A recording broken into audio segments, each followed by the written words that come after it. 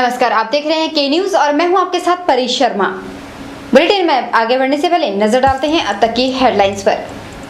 Headlines के प्रायोजक हैं रिफ्रेश मैट्रेस, एक ऐसा एहसास जो कर दे आपको रिफ्रेश,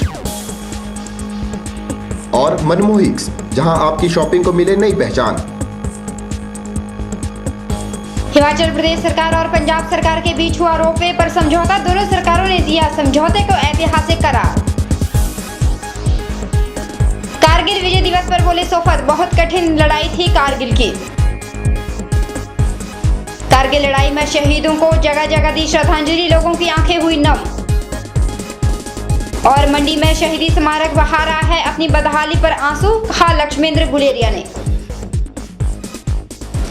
बुलेटिन में सबसे पहले बात करते हैं सूबे के मुखिया की। हिमाचल प्रदेश के मां नैना देवी मंदिर के दर्शन करने के लिए भक्तों को बसों और ट्रकों में धक्के खाने से निजात मिलने वाली है।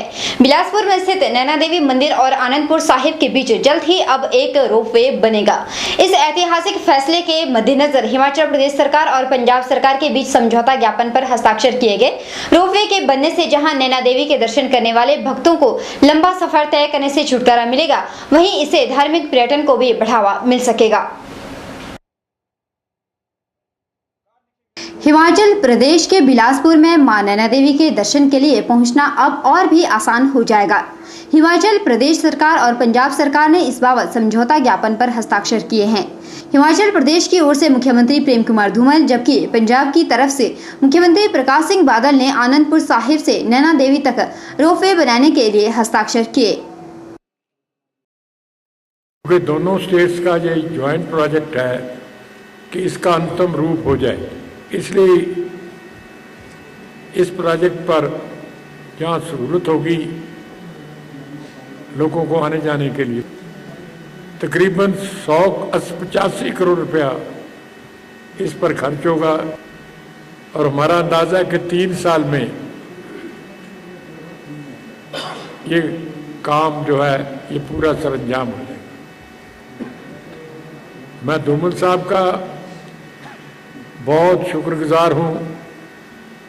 वो हमेशा ही इस काम में दिलचस्पी इन्होंने ली और इसको एक्सपीडाइट करने के लिए पर्सनल इंटरेस्ट भी लिया।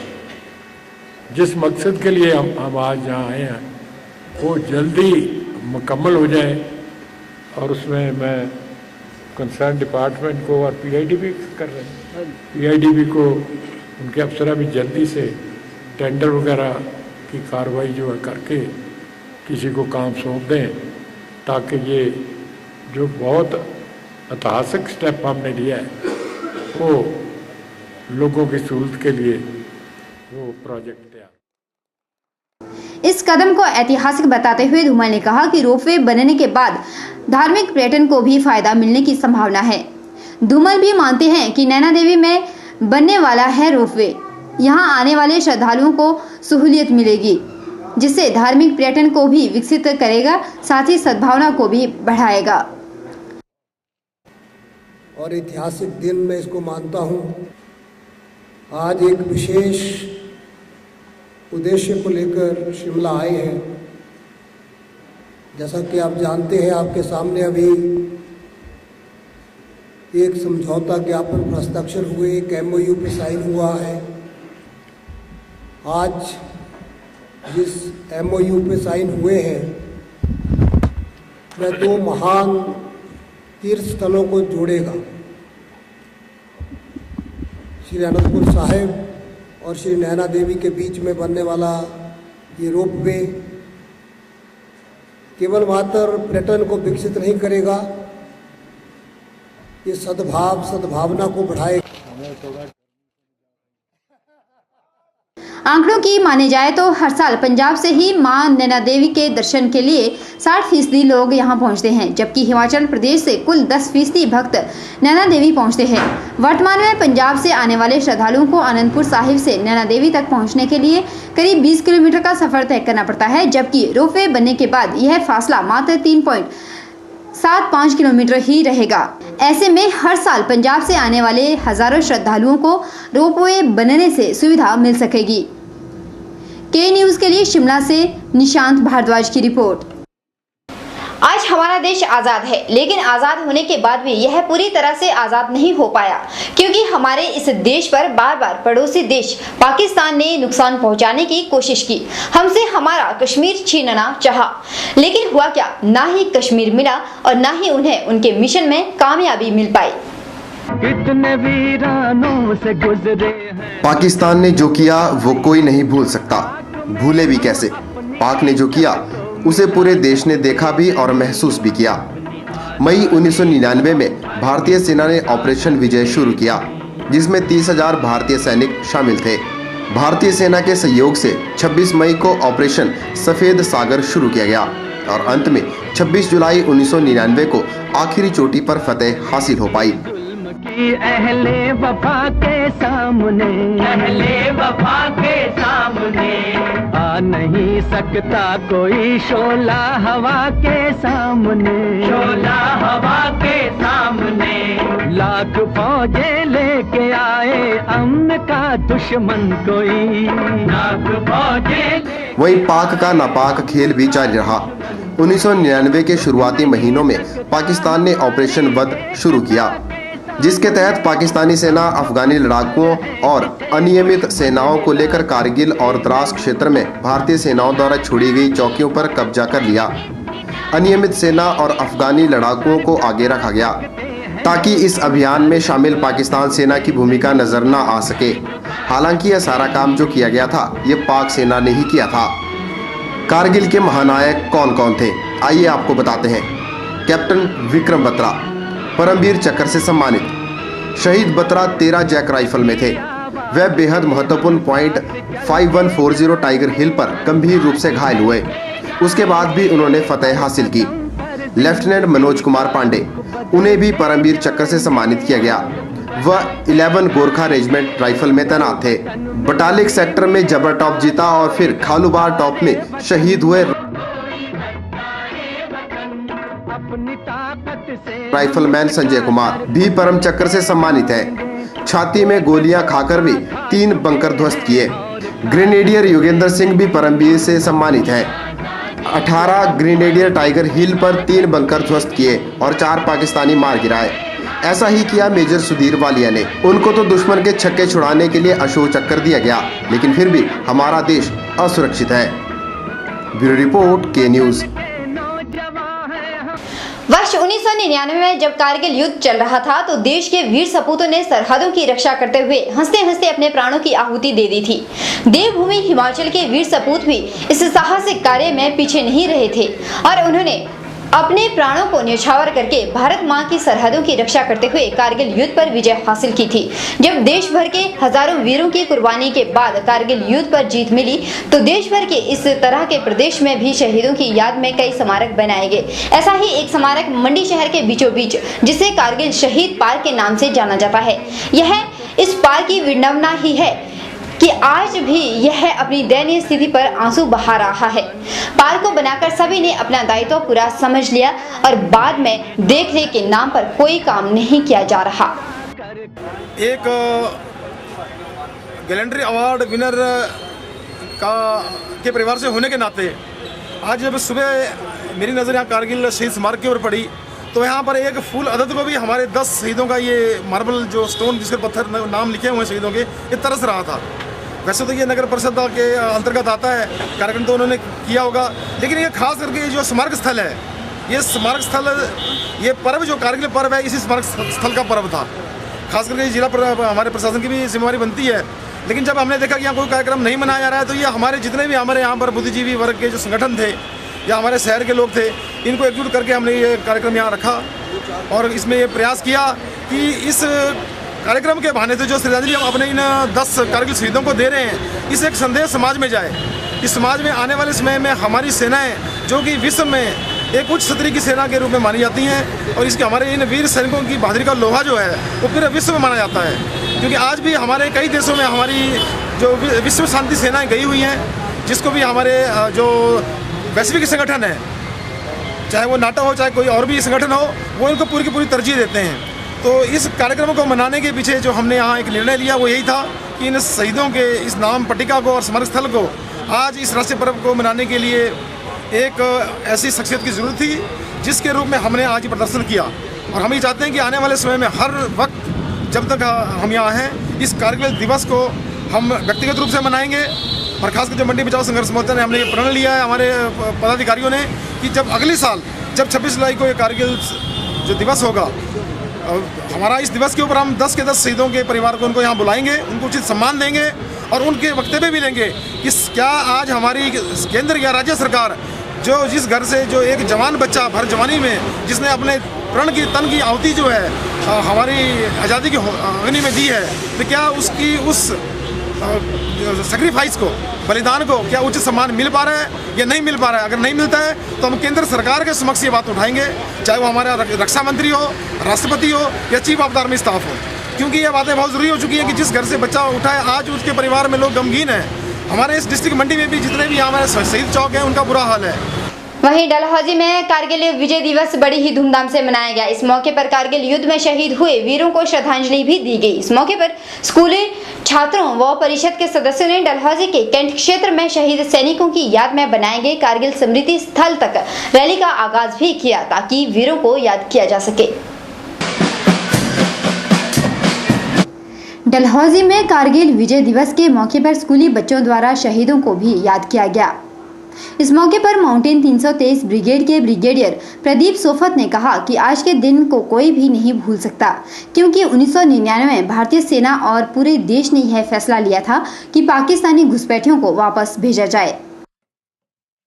ये जीत जो आज हम सेलिब्रेट कर रहे हैं विजय दिवस के नाम से, ये इतनी आसान नहीं थी। इस जीत को हासिल करने के लिए आर्मी के बहुत से ऑफिसर्स, जेसीओस और जवानों ने सुप्रीम सैक्रिफाइस किया। जैसा एयर कमांडर महाजन ने बताया कि उन शहीदों में हिमाचल प्रदेश के ऑफिसर्स, जेसीओस, जवान भी शामिल थे और सबसे ज्यादा तादाद में जो शहीदी थी वो यहाँ के लोगों ने दी। ये हमारे लिए एक बहुत ही मान और प्रतिष्ठा की बात है। उन्होंने कहा कि घुसपैठियों को ऑपरेशन कारगिल विजय के दौरान जहां 2 महीनों के भीतर खदेड़ दिया गया था, वहीं इस लड़ाई में हिमाचल के सबसे ज्यादा वीरों ने देश की खातिर कुर्बानियां दी। साथ ही उन्होंने स्कूली बच्चों को आर्मी में करियर बनाने की भी बात कही। के न्यूज के लिए डलहौजी से बॉबी सिंह की रिपोर्ट। बहरहाल बुलेटिन में वक्त चला एक छोटे से ब्रेक का। ब्रेक के उस पार खबरों का सिलसिला जारी है, आप बने रहिए हमारे साथ।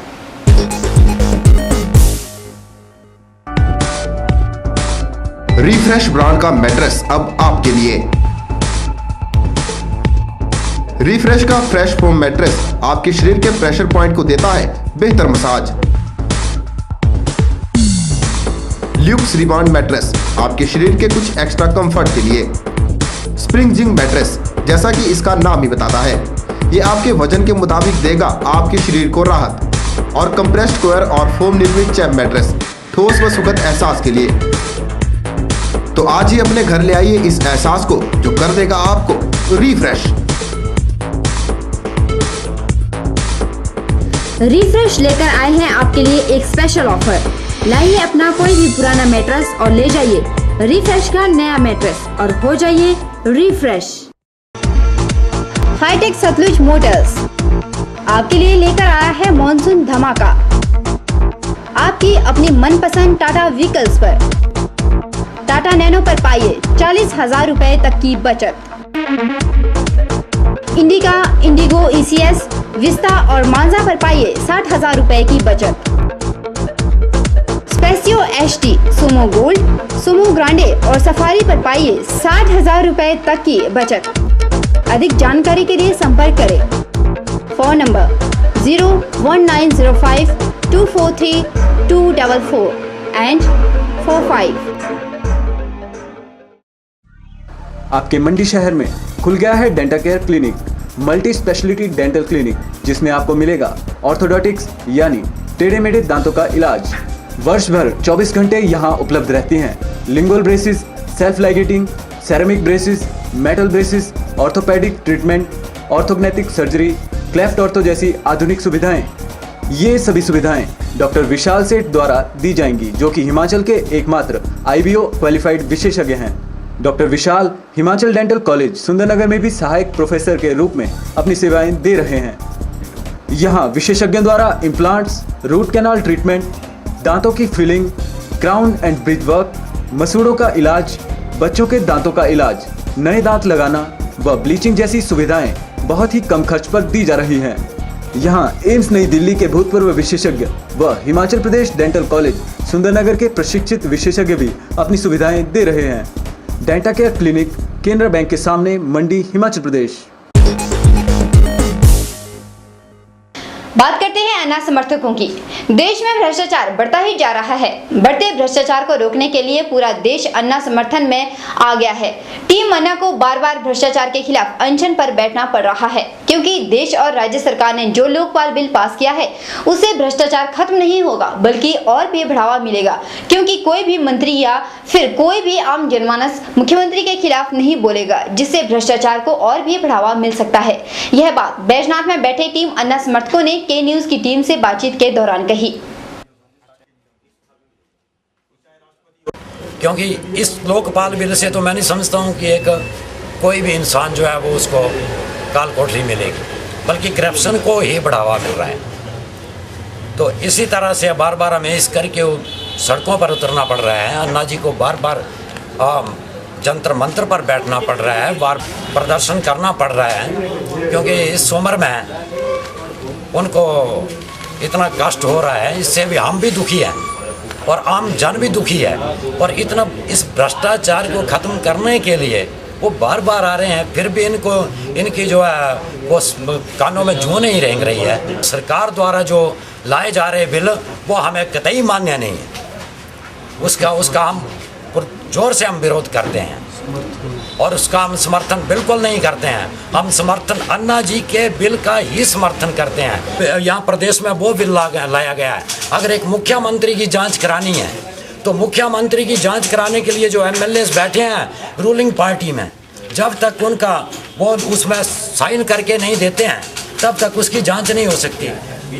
तो कौन ऐसा MLA होगा या कौन ऐसा मंत्री होगा जो मुख्यमंत्री के विरुद्ध इस तरह की कार्रवाई करेगा?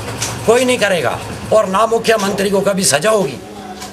तो ये तो अपने फायदे का लोकपाल बिल लेकर के आई है सरकार, तो ये बिल हमें बिल्कुल मान्य नहीं है। बहरहाल बुलेटिन में वक्त चला एक छोटे से ब्रेक का। ब्रेक के उस पार खबरों का सिलसिला जारी है, आप बने रहिए हमारे साथ। नेशनल स्मॉल इंडस्ट्रीज कॉर्पोरेशन, जो कि भारत सरकार का उद्यम है और मिनिस्ट्री ऑफ MSME के अंडर आता है, ने अपना एक नया सेंटर कनाल विलेज हलाल में शुरू किया है। NSIC ने ये सेंटर इस उद्देश्य के साथ शुरू किया है कि यहाँ पे बेरोजगार बच्चों को हम कुछ स्किल डेवलपमेंट प्रोग्राम्स कराकर उनको प्रैक्टिकल और थ्योरेटिकल ट्रेनिंग्स कराकर उनको काम के योग्य बनाएं। और ये एक सेंटर में mobile repair, computer hardware, computerised accounting, fashion designing, इसके अलावा इलेक्ट्रिकल गैजेट रिपेयर और कुछ ऐसे प्रोग्राम भी शुरू किए जा रहे हैं जो कि ऑन द जॉब ट्रेनिंग दी जाती है, जैसे कि स्पाइस ग्राइंडिंग एंड पैकेजिंग के कोर्सेज। और बिल्कुल निःशुल्क शिक्षा इन बच्चों को दी जा रही है ताकि ये बच्चे इसका फायदा उठा सकें और अपने भविष्य के लिए एक अच्छा कैरियर चुन सकें।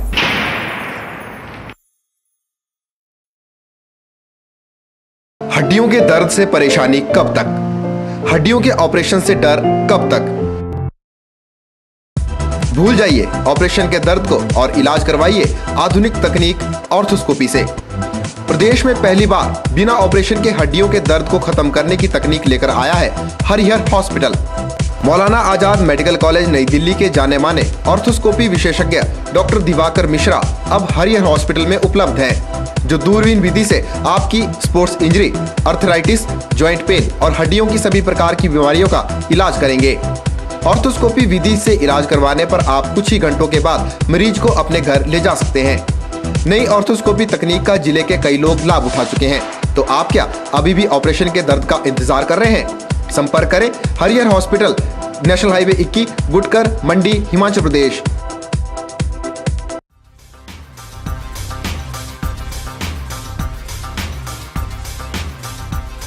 सभी प्रकार के इन्वर्टर और यूपीएस इंस्टॉलेशन के साथ साथ रिपेयरिंग के लिए भी संपर्क करें।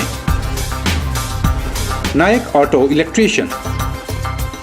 हम हैं हर प्रकार की गाड़ियों में इस्तेमाल होने वाली एक्साइड और बॉश बैटरीज के अधिकृत विक्रेता।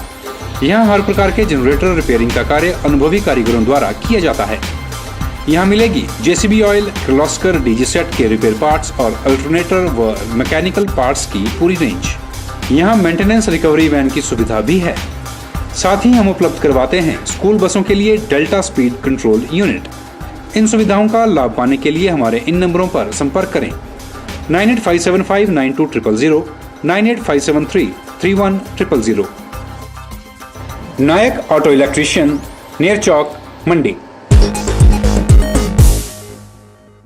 बात करते हैं फुटबॉल की। मंडी के ऐतिहासिक पटेल मैदान में हिमाचल प्रदेश फुटबॉल संघ के सौजन्य से 7 दिवसीय फुटबॉल प्रशिक्षण शिविर का आयोजन किया जा रहा है, जिसमें 12 से 18 साल के खिलाड़ियों को नाइजीरियन कोच ओमोला जहामेद फुटबॉल के गुर सिखाएंगे। इस शिविर में जिला के 50 खिलाड़ी भाग ले रहे हैं। मंडी के ऐतिहासिक पटेल मैदान में 7 दिवसीय फुटबॉल प्रशिक्षण में नाइजीरिया के कोच मंडी जिले के लगभग 50 खिलाड़ियों को फुटबॉल के गुर सिखाएंगे। हिमाचल फुटबॉल के इतिहास में यह पहली मर्तबा हुआ है जब कोई विदेशी कोच किसी जिला के खिलाड़ियों को कोचिंग दे रहा हो। यह बात एडीएम पंकज रॉय ने कही। पंकज ने फुटबॉल के महत्व को बताते हुए कहा कि यह खेल जहां रोचक होता है, वहीं इस खेल में ऊर्जा भी सबसे ज्यादा लगती है। जो टेक्निक नाइजीरियन प्लेयर की जो कैपेसिटी और स्टेमिना है, वो आप सभी ने टीवीज़ पे भी देखा होगा, बड़ा अच्छा होता है। तो आप लोगों को इनसे इस बारे में ज़रूर कोचिंग लेनी है कि आपका स्टेमिना, आप में एनर्जी कैसे सस्टेन रह पाए। ये बड़े इंपॉर्टेंट पॉइंट्स है फुटबॉल के खेल में, क्योंकि ये सिर्फ 90 मिनट का होता है और इसमें एनर्जी का ही खेल है ये। दूसरा, बच्चों से यहाँ जो बच्चों की स्ट्रेंथ देख के मैं बड़ा प्रभावित हुआ, क्योंकि आजकल की जो जनरेशन है वो ज़्यादा टीवी ग्लूड है, टीवी में ही ज़्यादा या कंप्यूटर में ज़्यादा इन्वॉल्व रहते हैं। लेकिन मंडी का कल्चर शुरू से हम देखते आए हैं कि वो ग्राउंड में काफ़ी बच्चे as compare to other district, हम दूसरे ज़िलों में भी रहे हैं, यहाँ पे बच्चे जो है खेल में काफ़ी इंटरेस्ट लेते हैं। वहीं हिमाचल फुटबॉल संघ के उपाध्यक्ष सीपी कौशल ने बताया कि जो कोच मंडी में खिलाड़ियों को प्रशिक्षण दे रहे हैं, वह इससे पहले कोलकाता में फुटबॉल टीम को प्रशिक्षण दे रहे थे। 12 से 18 आयु वर्ग के खिलाड़ी हिस्सा लेंगे। इस कैंप की खास बात यह है कि इसमें नाइजीरियन कोच ओमालोजा हामिद बच्चों को प्रशिक्षण देंगे। मिस्टर हामिद नाइजीरिया को रिप्रेजेंट कर चुके हैं। इस समय कोलकाता में प्रयाग फुटबॉल क्लब के खिलाड़ियों को प्रशिक्षण दे रहे हैं। हिमाचल प्रदेश फुटबॉल संघ का ये प्रयास है कि आने वाले समय में खिलाड़ियों में एक प्रोफेशनलिज्म की स्पिरिट इनकलकेट हो। उसी मकसद से इस कैंप का आयोजन किया जा रहा है। गौर है कि 11 अक्टूबर से 14 अक्टूबर तक मंडी में राज्य स्तरीय क्लब फुटबॉल चैंपियनशिप का आयोजन किया जा रहा है, जिसमें हर जिले के चैंपियन क्लब भाग लेंगे। और सबसे खास बात यह है कि जो टीम इस प्रतियोगिता की विजेता होगी, वही टीम भारतीय फुटबॉल संघ द्वारा आयोजित विभिन्न प्रतियोगिताओं में हिमाचल प्रदेश का प्रतिनिधित्व करेगी। ब्यूरो रिपोर्ट, के न्यूज, मंडी। बहरहाल के न्यूज में इतना ही। परी शर्मा को दीजिए इजाजत। आप देखते रहिए के न्यूज।